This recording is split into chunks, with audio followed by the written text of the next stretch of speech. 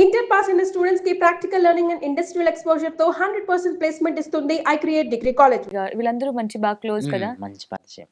So recent గా మంగ్లీ గారి గురించి బాగా కాంట్రవర్సీ అయింది కదా. అవును. సో మీకు పర్సనల్ గా ఆమె గురించి బాగా తెలుసు, పరిచయం ఉంది. అవును. సో నిజంగానే అలాంటి వ్యక్తి ఆమె మోసం చేసే వ్యక్తి? అదైతే మనకు అస్సలు అట్లాంటి వ్యక్తి కాదు. అట్లాంటి నాకు తెలిసి అయితే నేనేమంటున్నానంటే తెలియదండి. ఆ దాని గురించి అయితే నాకు తెలియదు. బట్ కానీ తను ఒక మంచి వ్యక్తి. ఎందుకనంటే ఈ రోజుల్లో తెలంగాణ బోనం పాటలు గానీ, బతుకమ్మ పాటలు గానీ ఒక పాడినప్పుడు ఆమెకి ఎన్నో వందల మిలియన్ల హిట్స్ ఉన్నాయి అనమాట. ఎందుకంటే నేను ఫోక్ స్టార్ కి వచ్చిన ఫస్ట్ సెలబ్రిటీని చూసిందంటే ఆమెనే.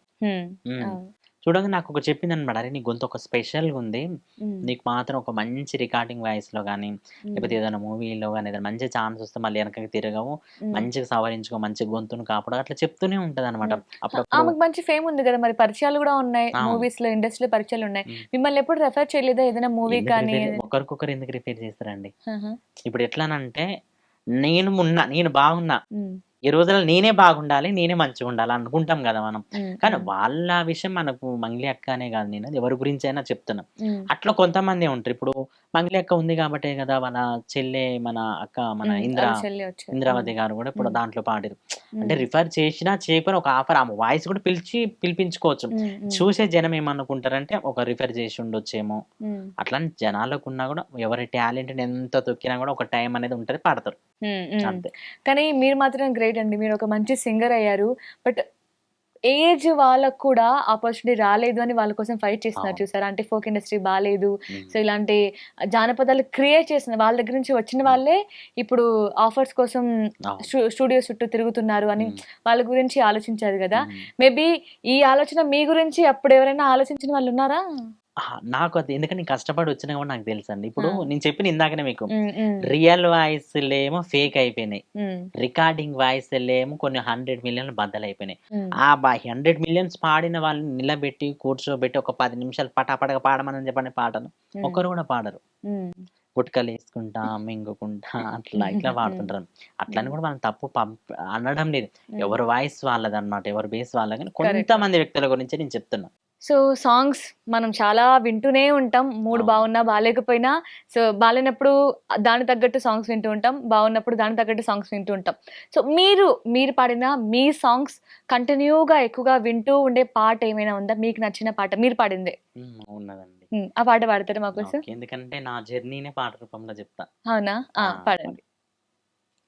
నమ్ముకున్నా నా పాట అమ్ముకున్నా ఓ చోట, నమ్ముకున్నా నా పాట అమ్ముకున్నా ఓ చోట, బాధతోనే ఈ పాట పాడుతున్నా ఈ పూట, రాసుకున్నా ఓ చోట, చెప్పుతున్నా నా కథ, చెప్పుతున్నా నా కథ.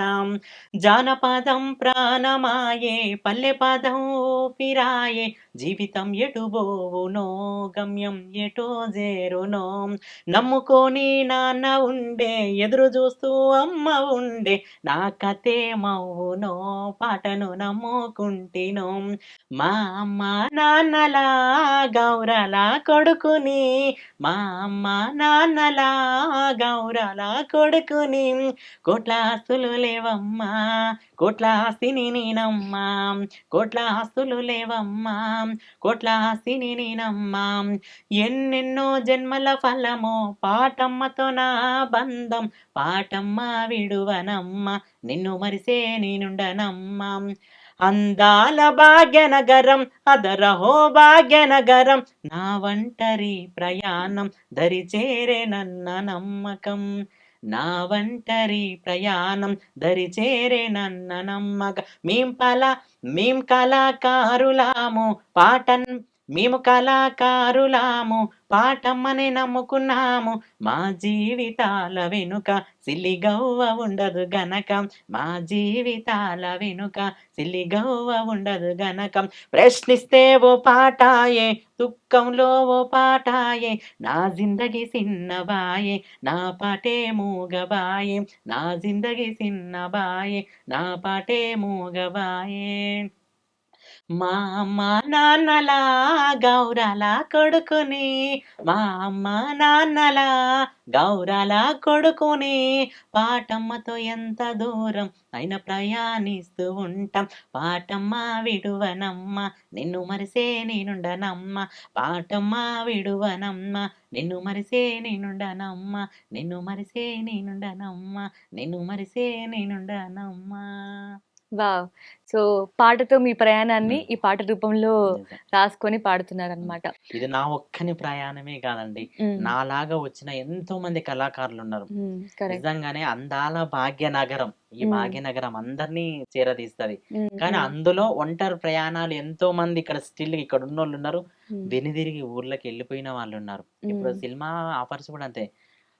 ఒక్కసారి లైట్ లైన్‌లోకొచ్చిన వాళ్ళున్నారు. వెనుదిరిగి పనులు చేసుకుంటున్న వాళ్ళున్నారు. పెద్ద పెద్ద అవును. ఆర్టిస్ట్‌లే హ్మ్. ఎన్నో స్ట్రగుల్ పడుతున్నారు. కానీ హ్మ్. ఈరోజు మనం ఇంట్లో ఉండి హ్మ్. హ్యాపీగా బతుకుతున్నామంటే అంతా గాడ్ గ్రేస్ అనుకోని హ్మ్. చెప్పుకోవచ్చు. హ్మ్. సో, ఇప్పుడు నేను మీకొక టాస్క్ ఇస్తాను. హ్మ్. సో, ఇందాక మీరు చెప్పారు గదా! చాలా మంది కళాకారులు వాళ్ళ పాటని దొంగిలిస్తున్నారు. అవును. ఈవెన్ 40+ ఏజ్ ఉన్న వాళ్ళు కూడా ఇలా స్టూడియోస్ చుట్టూ తిరుగుతున్నారు. వాళ్ళు పాడిన పాటని కొంచెం మోడిఫికేషన్ చేసి పాట దొంగిలిస్తున్నారని హ్మ్. చెప్పారు గదా! సో, ఈ పోరాట చేసే వాళ్ళ సింగర్స్ యొక్క బాధని, అలాగే హ్మ్. వాళ్ళ సాంగ్ దొంగతనాన్ని హ్మ్. దీన్ని లింక్ చేస్తూ ఏమైనా సాంగ్ పాడతారా? అంటే ఖచ్చితంగా పాటనే పాడతా. పాట దొంగతనం పాడతా. ఇప్పుడు చేస్తున్నారని? మీరన్నారు కాబట్టి పాడతా. ఆ! నమ్మరాదు నమ్మరాదో ఈ మాయాలోకం నమ్మరాదు. ఈ పాటల లోకం నమ్మరాదు. నమ్మి నువ్వు ఎడపాడబోకో. చుట్టుముట్టు ఉన్నారే దొంగలు.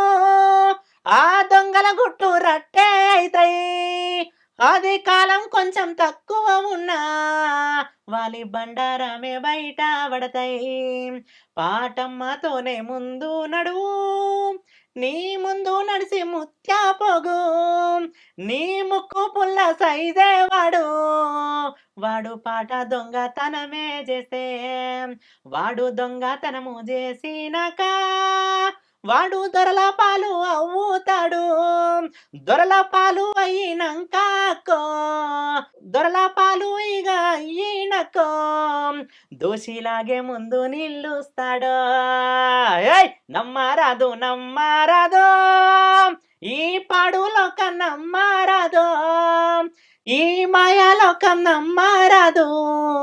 పాటలల్లో ఉంది మత్తేసుడు. అంతే. వావ్! సో, టాస్క్ కూడా ఈజీగా కంప్లీట్ చేసేసారు. సో, మీ లైఫ్‌లో మీకు ఇన్‌స్పిరేషన్ అనిపించిన వ్యక్తి ఎవరైనా ఉన్నారా? విమలక్క. ఆహా! ఇంకొకటి ఎందుకు విమలక్క అన్నాననంటే హ్మ్. ఇది చెప్పొచ్చు చెప్పకూడదు. హ్మ్. మామూలుగా 'విరాట పర్వం' మూవీ సినిమా అవును. వచ్చినప్పుడు హ్మ్. 'అరుణోదయ' బుక్ అని ఒకటుంటదనమాట. ఆ! ఆ! అంటే కొంతమంది వ్యక్తులకి నేను కాల్ చేసి అడిగినట్ట. "అన్నా నాకందుకు ఆ బుక్ చదవాలనుంది. హ్మ్. అసలు ఆ బుక్‌లో ఏముంటది?" అంటే ఆమె సాయి పల్లవి అట్లా తీసుకొని ఎళ్తున్నప్పుడు అదెందుకు అది చదవద్దు, చదవద్దు అంటారు కదా! ఆ! కొంతమంది నాకు తెలిసిన వ్యక్తుల్ని నేను కనుక్కున్నాననమాట. హ్మ్. "ఆ బుక్కుని చదవద్దురా నీకెందుకు అదంతా ఉద్యమాలని అవి ఇవి హ్మ్. ఉంటున్నప్పుడు" కొంతమంది టార్గెట్ చేసిరనమాట. హ్మ్. అరే! వీడేంది ఈ బుక్ అడుగుతున్నాడు, ఎందుకు అడుగుతున్నాడు అట్లా అనుకున్నాం. హ్మ్. నాకేందంటే ఇంట్రెస్టింగ్ థింగ్స్ ఉంటాయి చూడండి. హ్మ్. అవి హ్మ్. తెలుసుకోవాలి. ఆ! అక్కడేదైనా ఇప్పుడు ఏదైనా ఆడ దయ్యం ఉంది అనంటే లేదని కొంతమంది అంటారు హ్మ్. కదా! హ్మ్. ఉన్నదనుకో అసలు లేదు నాకు చూపియని అట్లాంటి మనస్తత్వం నాది. ఆ! ఆ! అట్లాంటివి కొన్ని